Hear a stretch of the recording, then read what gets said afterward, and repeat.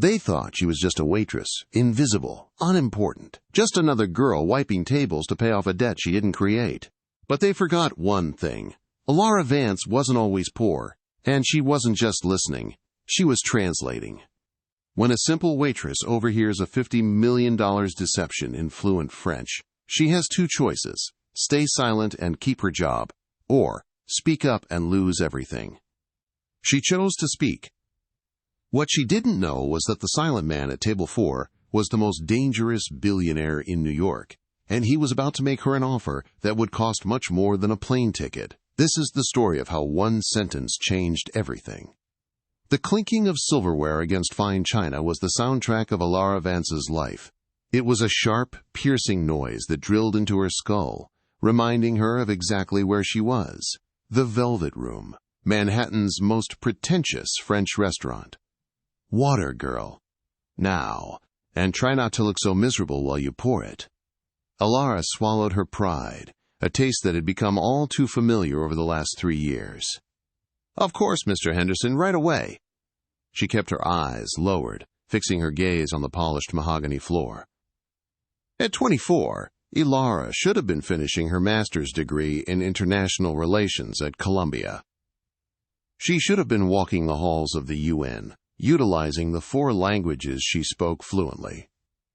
Instead, she was wearing a uniform that was a size too small, serving overpriced escargot to men who had more money than manners.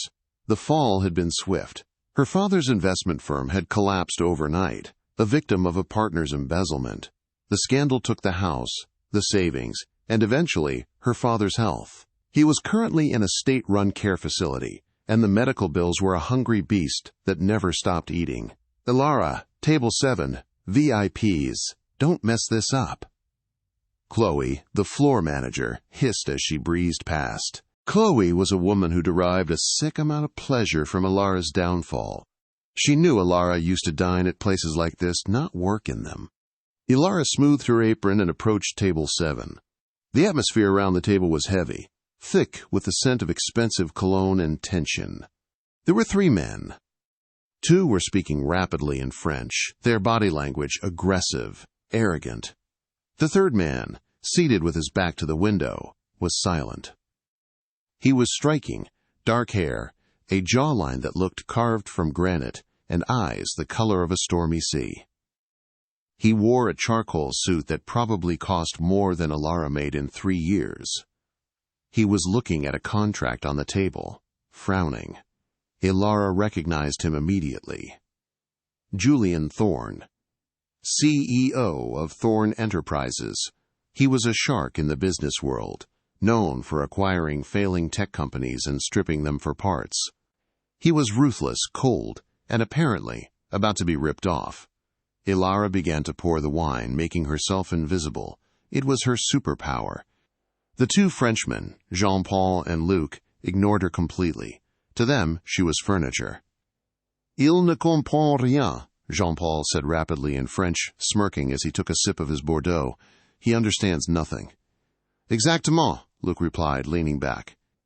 The clause in Section 4 hides the debt liabilities in the subsidiary. By the time he realizes he's bought a bankrupt shell company, we'll be back in Paris, counting his money. He thinks he's a wolf, but he is a sheep. Ilara's hand trembled slightly as she held the bottle. The wine rippled in the glass.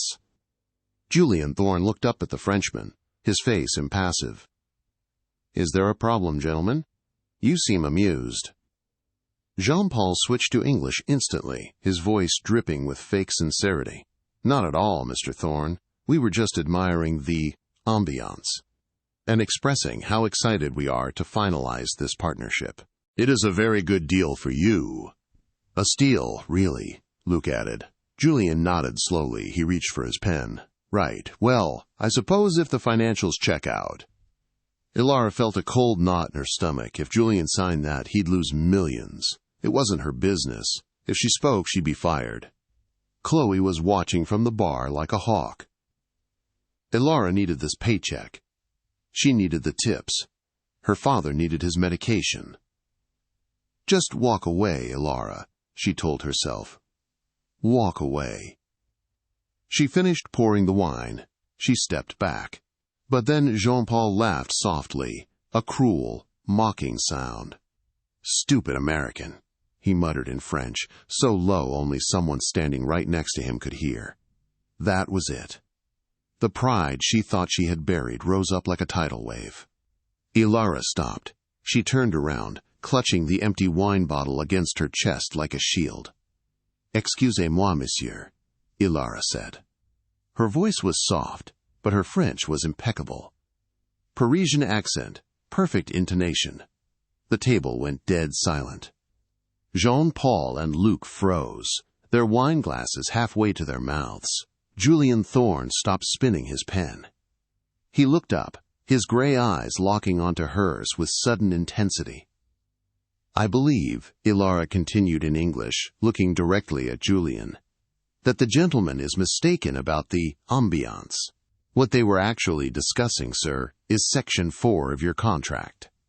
Chloe was already marching toward the table, her face red with rage, but Ilara didn't stop. "They just admitted that the subsidiary holds significant hidden debt liabilities," Ilara said clearly.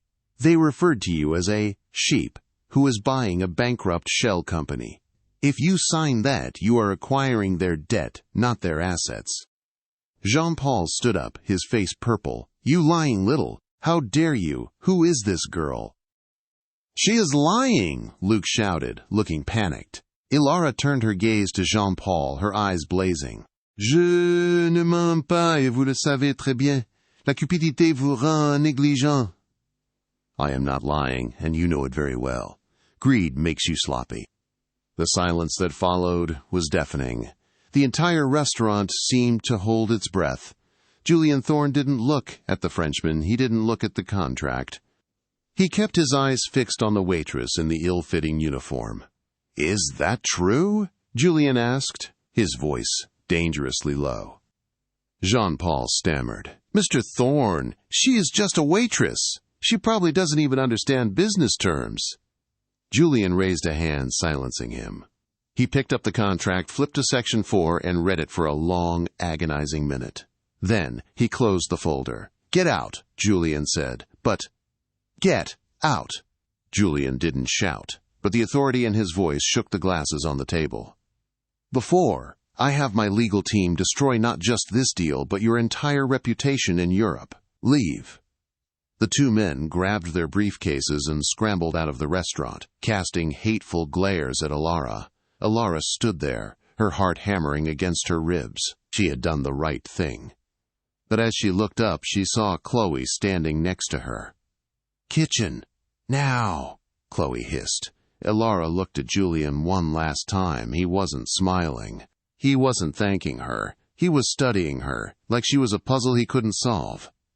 She lowered her head and walked to the kitchen, knowing her life was about to fall apart. The kitchen was hot, smelling of burnt garlic and stress. Chloe slammed the swinging door shut behind them so hard the hinges rattled. "Are you insane?" Chloe screamed, her voice echoing off the stainless steel counters.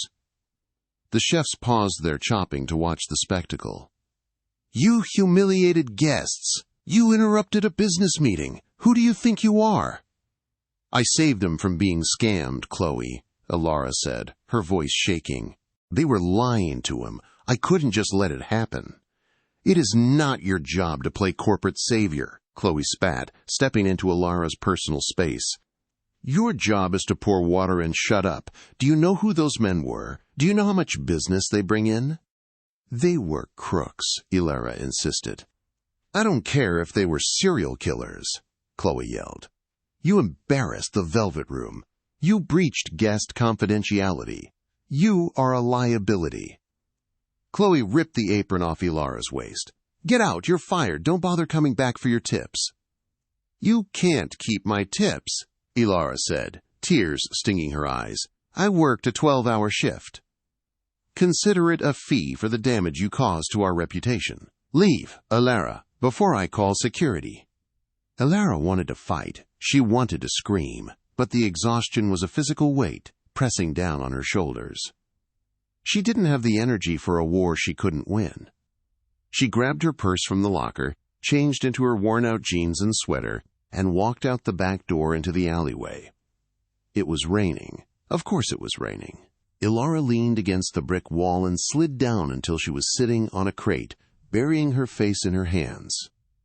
The tears finally came. She had rent due in 3 days. Her father's facility needed a payment by Friday. She had $18 in her bank account. Stupid, she whispered to herself. Stupid, stupid pride. She sat there for 10 minutes, letting the rain soak her hair, until the sound of heavy footsteps made her look up. It was the valet, a kind, older man named Marcus. He looked out of place in the dirty alley, holding a sleek black umbrella. "Ilara?" She wiped her eyes hastily. "Hey, Marcus, I'm just leaving. Sorry." "I heard what happened," Marcus said gently. "Chloe is a witch. You didn't deserve that." "It doesn't matter what I deserve," Ilara laughed bitterly. "I need a job." Marcus reached into his pocket. "The man from table 7, Mr. Thorne." Ilara froze. "What about him?" "He came out about 2 minutes after you went into the kitchen. He asked for his car. But before he got in, he asked me to give you this." Marcus handed her a thick, cream-colored envelope. It was sealed with a wax stamp. It looked like something out of a period drama, completely out of place in the garbage-strewn alley. Ilara took it, her hands trembling. "Did he say anything?" He said, "Tell her that silence is golden, but the truth is priceless." Marcus squeezed her shoulder and went back inside.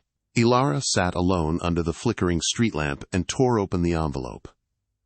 Inside, there was a single sheet of heavy cardstock and a smaller, glossy piece of paper. She read the note first. It was handwritten in sharp, angular cursive. "Ms. Vance, most people in your position would have let me sign that contract. They would have chosen self-preservation over integrity. You possess a rare currency, bravery. I am in need of someone who can listen to what is not being said. I have a negotiation in Paris tomorrow. I need a translator. Not a corporate stiff, but someone who understands the nuance of deception. The pay for the weekend is $10,000. Attached is a ticket for my private jet. We leave at 6 a.m. from Teterboro Airport. Don't be late. Julian Thorne." Ilara stared at the number. $10,000. That would cover her father's care for 3 months. It would pay her back rent. It was a lifeline thrown from the heavens. She looked at the glossy paper. It was a boarding pass. Passenger, Ilara Vance. Destination, Paris, Le Bourget. She looked at her reflection in a puddle. Her eyeliner was smudged, her hair was a mess, and she looked broken. But Julian Thorne didn't see a broken waitress. He saw an asset. She stood up, clutching the envelope to her chest. She had nothing left to lose. Teterboro Airport was a different world. It smelled of jet fuel and money. Ilara arrived at 5:45 a.m., wearing the only professional outfit she still owned, a black pencil skirt and a white blouse she had saved from her days as a student. It was slightly dated, but she had ironed it meticulously. She was directed not to a terminal, but to a hangar. Inside, a Gulfstream G650 sat gleaming under the floodlights, a silver beast ready to conquer the sky. A flight attendant with perfect hair met her at the steps. "Ms. Vance, Mr. Thorne is expecting you." Ilara boarded the plane. The interior was more luxurious than any apartment she had ever lived in. Cream leather seats, gold accents, and the soft hum of air conditioning. Julian Thorne was seated in the back, typing on a laptop. He was wearing a casual navy sweater and dark jeans, looking annoyingly attractive even at this ungodly hour. He didn't look up when she entered. "You're early," he said. "Punctuality is free," Ilara replied, standing awkwardly in the aisle. Julian stopped typing. He looked up, his gray eyes sweeping over her. "Sit. Coffee?" "Please." Ilara sat in the plush leather seat across from him. The flight attendant placed a china cup of steaming espresso in front of her. "Let's be clear about this arrangement, Ms. Vance," Julian said, closing his laptop. "I did a background check on you last night." Ilara stiffened. "Is that legal?" "I'm a billionaire, Ms. Vance. The lines of legality are often blurry for people like me. I know about your father, the Vance investment scandal. I know you were top of your class at Columbia before you dropped out. I know you speak French, Italian, Spanish, and Mandarin. Elora felt naked. He had dissected her life in a few hours. If you know all that, then you know I'm desperate. Is that why you hired me? Charity? Julian let out a short, dry laugh. I don't do charity. I hired you because you humiliated Jean-Paul Dubois. That man has been a thorn in my side for years. Seeing him terrified of a waitress was the highlight of my quarter. The plane began to taxi. Elora gripped the armrests. We are going to Paris to meet with the de Rossi family, Julian explained, his tone shifting to business. They are old money. Textiles. They are looking to sell, but they refuse to deal with American banks. They want a family partnership. They think I'm just a corporate raider. Aren't you? Elora asked boldly. Julian smirked. Yes, but I'm a raider who wants their distribution network.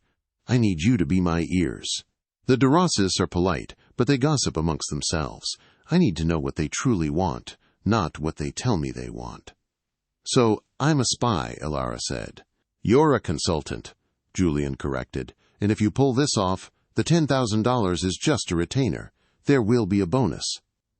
Elora looked out the window as the jet lifted off the ground, Manhattan shrinking beneath them. She watched the city that had chewed her up and spit her out disappear into the clouds. One rule, Elora, Julian said softly. She looked back at him. In Paris, you are not a waitress. You are my executive associate. You need to look the part, act the part, and believe the part. Can you do that? Elora thought of Chloe's face when she fired her. She thought of her father lying in that hospital bed.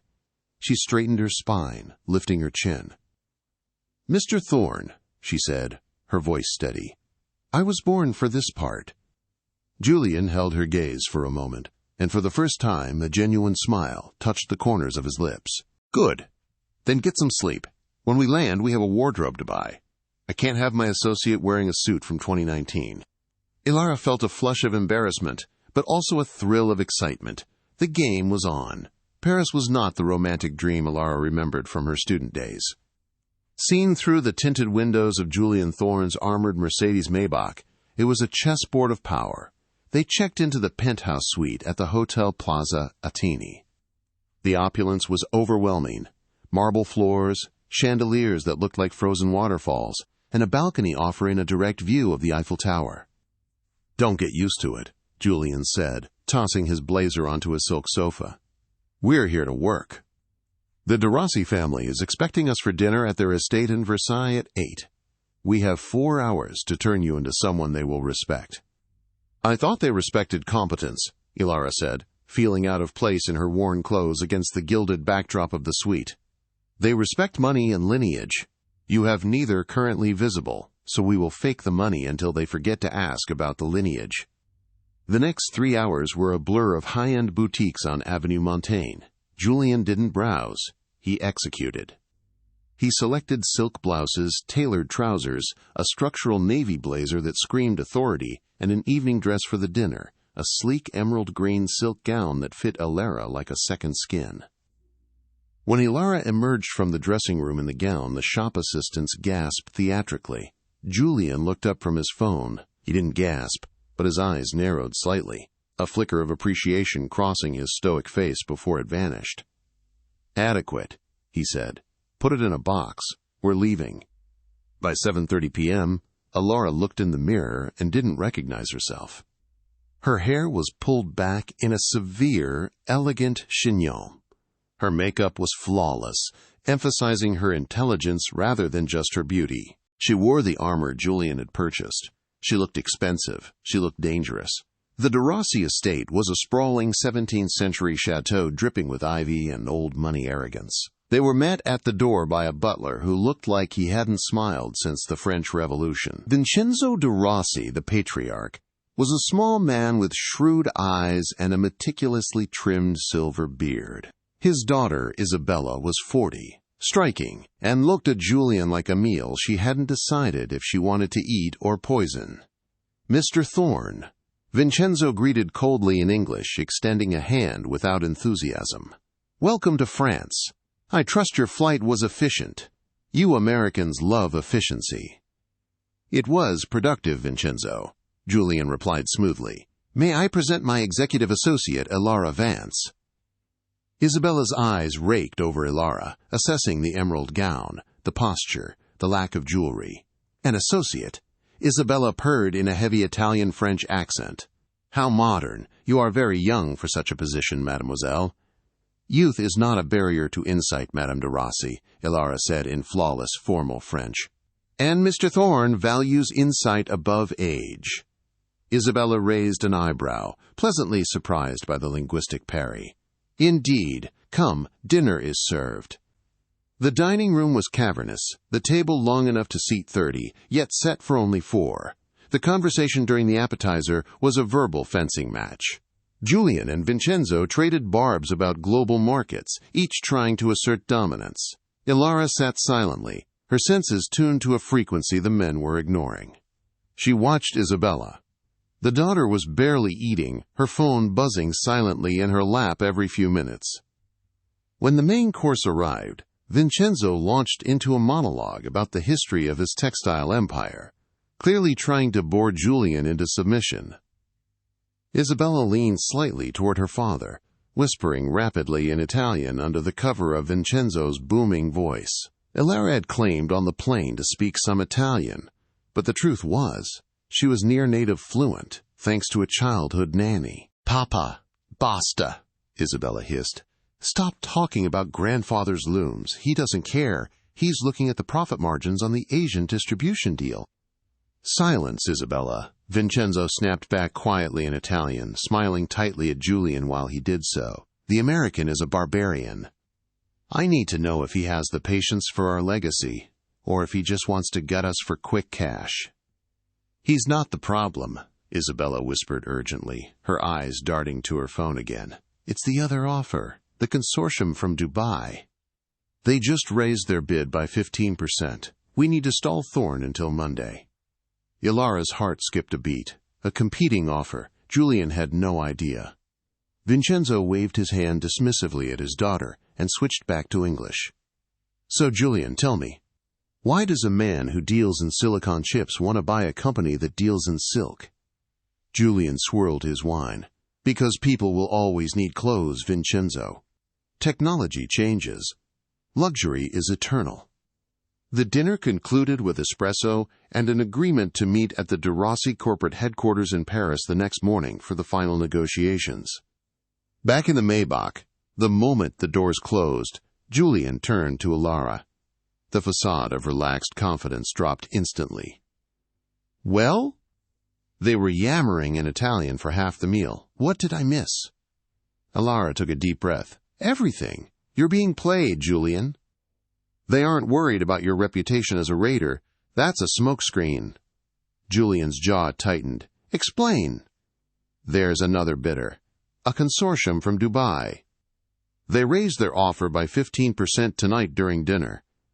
Isabella wants to stall you until Monday so they can finalize the other deal. Vincenzo is just the distraction. Julian stared out the rainy window, the streetlights painting streaks of light across his face. A terrifyingly cold calm settled over him. 15%, he murmured. That's $50 million over my ceiling. He turned back to Ilara. His eyes were ablaze with the thrill of the hunt.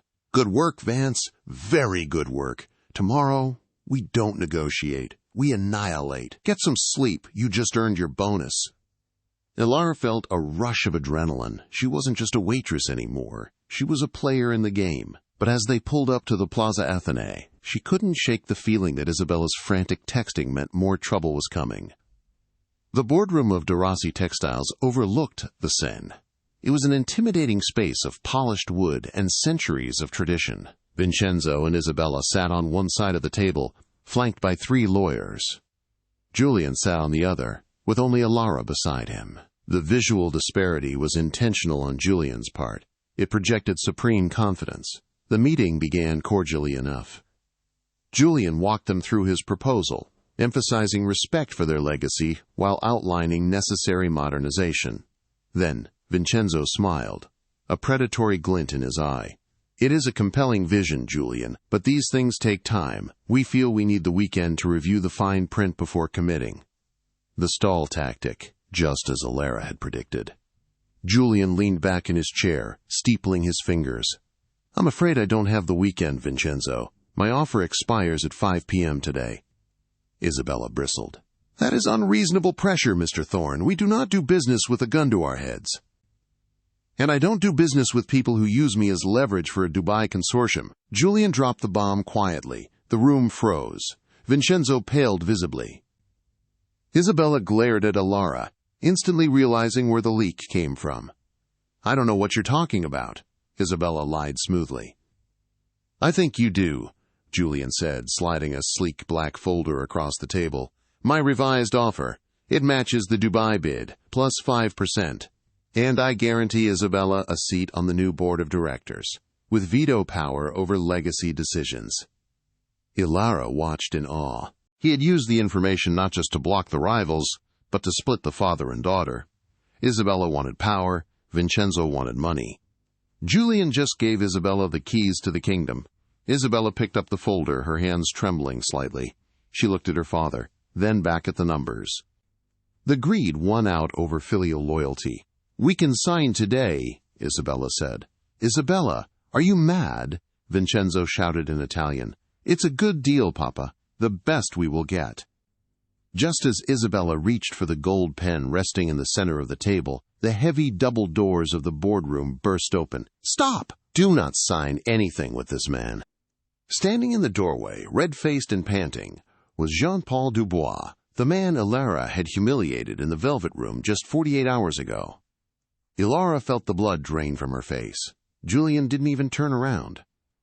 Security seems lax today, Vincenzo. Jean-Paul marched into the room, pointing an accusatory finger directly at Alara. You think you are dealing with professionals? Jean-Paul spat at Vincenzo. He brings a whore into your boardroom and calls her an associate. Monsieur Dubois, Julian stood up slowly, his voice glacial. You are trespassing. I suggest you leave before I finish what I started in New York. You destroyed my deal, Thorne, Jean-Paul yelled, ignoring him. He turned to Isabella, desperate. Listen to me. This woman isn't an executive. I was at the Velvet Room in Manhattan 2 days ago. She was my waitress. She poured my wine. Vincenzo looked from Jean-Paul to Alara, horrified confusion on his face. Is this true? It gets better, Jean-Paul sneered, pulling a crumpled newspaper clipping from his pocket and slamming it onto the mahogany table. It was an old article from the Wall Street Journal. The headline read, Vance Investments Collapses in $500 Million Fraud Scandal. Her name is Alara Vance, Jean-Paul announced triumphantly. Daughter of Robert Vance, the man who stole half of New York's pension funds. She's bankrupt trash, posing as royalty, and Thorne is using her to defraud you, just like her father did to his clients. The silence in the room was absolute. It felt heavy, suffocating. Isabella dropped the pen. She looked at Alara with pure disgust. You brought a waitress, the daughter of a convicted fraudster, into our house? Into our negotiations? All eyes turned to Alara. She felt small, exposed, the expensive emerald gown suddenly feeling like a costume she had no right to wear. She looked at Julian. He was standing stock still, his face an unreadable mask. He didn't defend her. He didn't speak. Get out, Vincenzo growled at Julian. The deal is off. I will sell to Dubai for half the price before I let you and your degenerate staff touch my company. Vincenzo, let's be rational, Julian started. Outie! Vincenzo shouted, slamming his hand on the table. Jean-Paul was smirking in the corner, his revenge complete.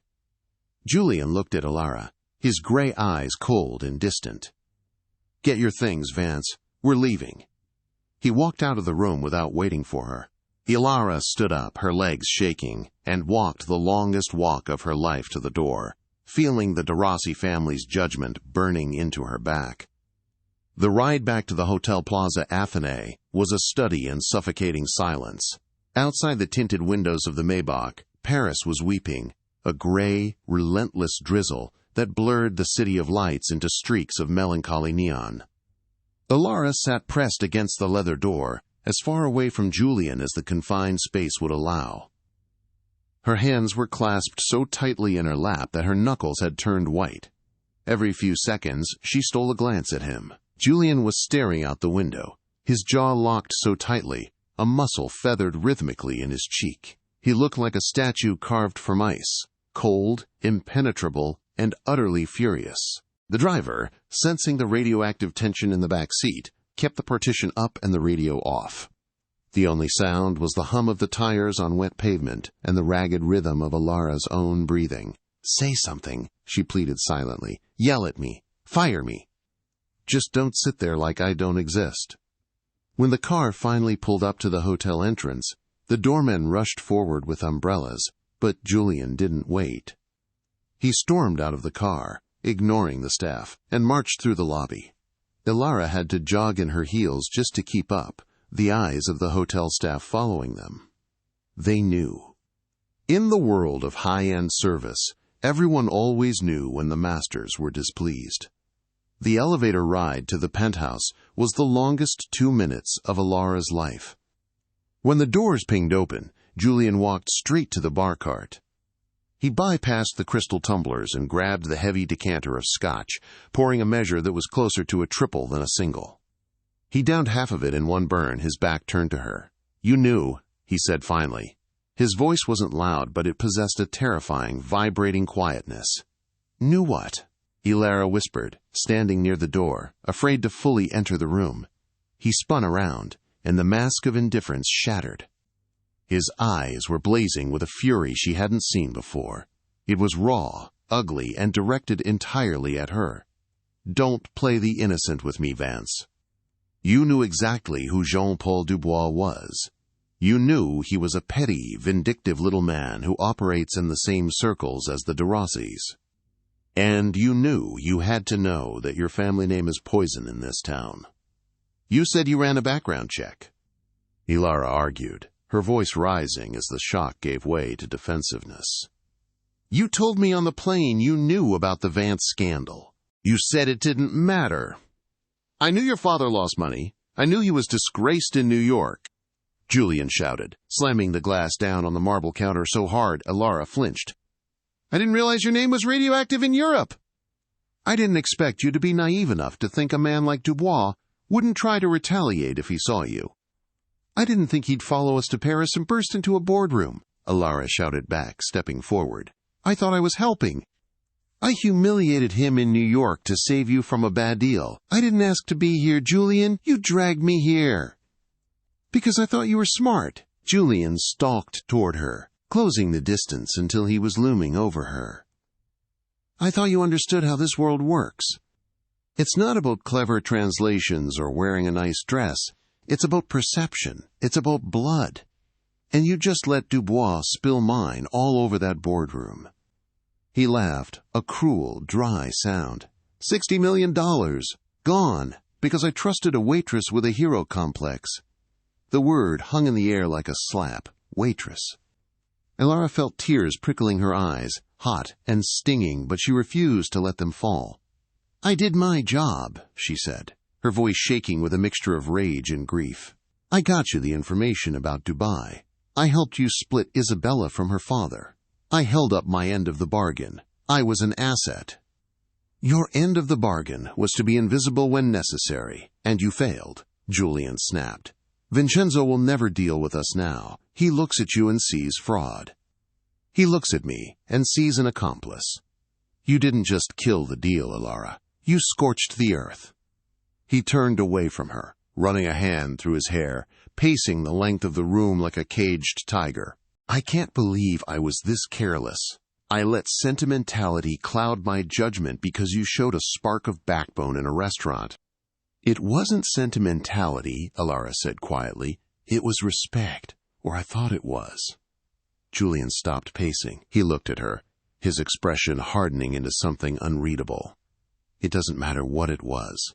It's over. Pack your bags." The floor seemed to drop out from under her. "What?" "You're done. I'm booking you on the next commercial flight back to JFK Economy. Tonight. Julian, please, she begged, the desperation finally breaking through. Don't do this. It's late. Let me stay until morning. Let me try to fix it. I can talk to Isabella, I can. There is nothing to fix, he roared, his patience evaporating. You are toxic, Alara. You are a liability. Every second you are in this city, you make me look like an amateur. Get your things. Get out of my sight. The car will take you to the airport in 20 minutes. He didn't wait for a response. He walked to the glass doors of the balcony, yanked them open, and stepped out into the rain, slamming them shut behind him. He stood there, gripping the railing, staring out at the Eiffel Tower, leaving her alone in the vast, luxurious silence of the suite. Alara stood frozen for a moment, the echo of his shouting still ringing in her ears. It was over. The dream, the money for her father's care, the brief escape from her grim reality, all incinerated in an afternoon. She turned and walked slowly to her bedroom. Her legs felt heavy, like she was wading through water. Inside the guest room, she began to strip off the armor. She unzipped the emerald silk gown, letting it pool on the floor. It felt like shedding a skin she never should have worn. She put on her old jeans, the ones with the frayed hem, and her worn gray sweater. She looked in the mirror. The powerful executive associate was gone. The broke, tired waitress stared back, her mascara smudged, her eyes hollow. She packed her small duffel bag in a daze. Toothbrush, charger, the notebook she had bought to take notes for the meeting. She walked back into the main living area. She needed to leave the room key. She needed to leave the credit card he had given her for incidentals. As she placed the key on the sleek glass desk, her eyes fell on Julian's laptop. It was sitting open, the screen glowing softly in the dim room. He must have been working on it before she came out of the bedroom. Alara knew she should walk away. It was an invasion of privacy. It was grounds for a lawsuit. She was already fired. Why make it worse? But something gnawed at her, a feeling in her gut that she couldn't explain. Julian Thorne was a man of control. He was a man who played three-dimensional chess while everyone else was playing checkers. His explosion in the car, it had felt real, yes. But his resignation? The way he accepted defeat so quickly? That didn't fit the man who had built an empire by refusing to take no for an answer. Why did he give up so easily? She looked at the balcony. Julian was still outside, his back to the room, smoke from a cigar swirling around his head. Alara's heart hammered against her ribs. She took a step toward the desk, then another. She touched the trackpad.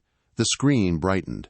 It was open to his secure email server. The inbox was full of urgent messages from his team in New York, but the top email, sent just 8 minutes ago, while she was crying in the bedroom, caught her eye. It was addressed to Arthur Sterling, his head of legal. The subject line made her freeze. De Rossi Strategy, Phase 2, Operation Matador. Alara frowned. Phase 2? There was no Phase 2. The deal was dead. Vincenzo had kicked them out. Unless, her hand trembling, she clicked on the email. She read the first paragraph. She blinked, sure she had misunderstood. She read it again. Update. The bait has been taken. Dubois has intervened as predicted. As expected, Vincenzo's pride regarding the Vance scandal clouded his judgment. He has kicked us out. Dubois will push for an immediate signing tonight to lock the Dubai funds. Alara's breath hitched. As predicted. She scrolled down, her eyes widening with horror as the true shape of the monster revealed itself. The twist. Dubois doesn't have the liquidity. He is leveraging the De Rossi assets to secure the loan for the purchase. Once he signs, the company is hollowed out. When the check bounces on Monday, De Rossi stock will crash by 70%. We will step in then and buy the controlling stake for pennies on the dollar. She felt sick. Physically sick. Julian hadn't just been angry in the car. He had been acting. He hadn't lost the deal because of her. He had used her to blow the deal up intentionally. He needed Vincenzo angry. He needed a distraction. He needed Jean-Paul Dubois to feel confident enough to strike. Alara read the final line of the email, and it felt like a knife twisting in her gut. The waitress played her part perfectly. Book her flight home. She is no longer required. She stepped back from the computer, a gasp escaping her lips. She wasn't the liability. She was the bait. And the man standing on the balcony, looking out at the city he planned to conquer, wasn't a savior. He was the devil in a bespoke suit. Laura read the email one more time, her breath hitching in her throat. To Arthur Sterling, General Counsel, Thorne Enterprises. From Julian Thorne. Subject, De Rossi Strategy. Phase 2, Operation Matador. Update. The bait has been taken. Dubois has intervened as predicted. As expected, Vincenzo's pride regarding the Vance scandal clouded his judgment. He has kicked us out. Dubois will push for an immediate signing tonight to lock the Dubai funds. The twist, Dubois doesn't have the liquidity. He is leveraging the De Rossi assets to secure the loan for the purchase. Once he signs, the company is hollowed out. When the check bounces on Monday, De Rossi stock will crash by 70%. We will step in then and buy the controlling stake for pennies on the dollar. The waitress played her part perfectly. Book her flight home. She is no longer required. Ilara stared at the screen, a cold numbness spreading through her veins. It wasn't about her father's reputation. It wasn't about her incompetence. It was a setup. Julian had wanted Jean-Paul to find them. He had wanted the deal to blow up. He wasn't trying to buy a company. He was trying to buy a corpse. I see you found the strategy memo. Ilara spun around. Julian was standing in the doorway of the balcony, the wind whipping his dark hair. He looked calm, almost bored. You used me, Ilara said, her voice shaking with a dangerous quiet. You knew Jean-Paul was coming. You knew he would recognize me. You let me walk into that room to get slaughtered so you could save a few $1,000,000. Julian walked into the room and closed the laptop, cutting off the glow of the screen. I saved $50 million, Ilara, and I didn't slaughter you. I paid you. You have your check. You have your ticket. You played the role of the tragic, incompetent distraction perfectly. Vincenzo is an emotional man. I needed him angry. You were the spark. You're a monster, she whispered. I'm a businessman, Julian corrected, pouring another drink. Dubois is a fraud. He's trying to buy De Rossi with money he doesn't have. He's going to destroy that family. I'm just waiting to pick up the pieces.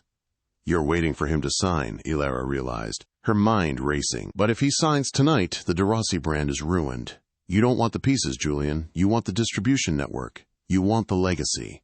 If Jean-Paul signs that contract, the banks will seize the assets on Monday. You'll get the factories, but you'll lose the relationships. The De Rossi name will be mud. Julian paused, the glass halfway to his lips. He looked at her, his eyes narrowing. You're bluffing. Am I? Ilara stepped forward, the fear replaced by a burning clarity. I read the contract in New York. Jean-Paul hides debt in subsidiaries. He's going to transfer his own debts into De Rossi Textiles the second the ink is dry. By Monday, the company won't just be bankrupt. It will be implicated in international fraud. You won't be buying a company, you'll be buying a federal investigation. Julian set the glass down. The silence in the room was heavy. For the first time, the billionaire looked unsure. How do you know he'll transfer the debt immediately? Because that's what my father did, Ilara said, her voice breaking slightly. That's how the Vance scheme worked. I know the pattern, Julian. I lived through the fallout. If Vincenzo signs that paper tonight, there is no company left to buy. Julian stared at her. The calculation behind his eyes shifted. He checked his watch. They are signing at the estate in Versailles in 40 minutes. Then we have 30 minutes to get there, Ilara said, grabbing her coat.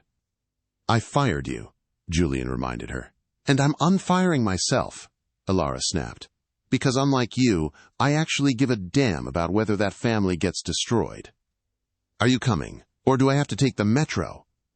Julian looked at her, really looked at her, for the first time. He didn't see a waitress. He didn't see a pawn. He saw a partner. He grabbed his car keys. I'll drive. The Mercedes Maybach tore through the streets of Paris, ignoring speed limits and red lights. Julian drove with surgical precision, his knuckles white on the leather steering wheel. If we pull this off, Julian shouted over the roar of the engine, Dubois goes to prison. But Vincenzo hates you. He won't listen to a word you say. He doesn't have to listen to me, Ilara said, clutching the dashboard. He just has to listen to the truth. Do you have the file on Dubois' shell company from New York? On my phone. Why? Because I'm going to translate it for him, but not into English. They skidded onto the gravel driveway of the Versailles estate just as the clock struck 10. Security guards stepped forward, but Julian flashed a badge that Ilara didn't even know he had, and the gates swung open. They burst into the grand hall. The scene was almost identical to the dinner the night before, but the atmosphere was funereal.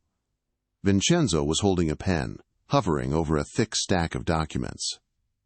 Jean-Paul sat opposite him, sweating, a predatory grin plastered on his face. Isabella was pouring champagne, looking victorious. "Stop!"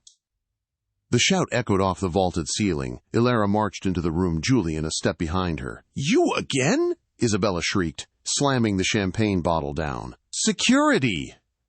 "Sign the papers, Vincenzo," Jean-Paul yelled, standing up. "Ignore them. They are desperate." "Don't sign it." Ilara switched to fluent Italian, her voice ringing clear and authoritative.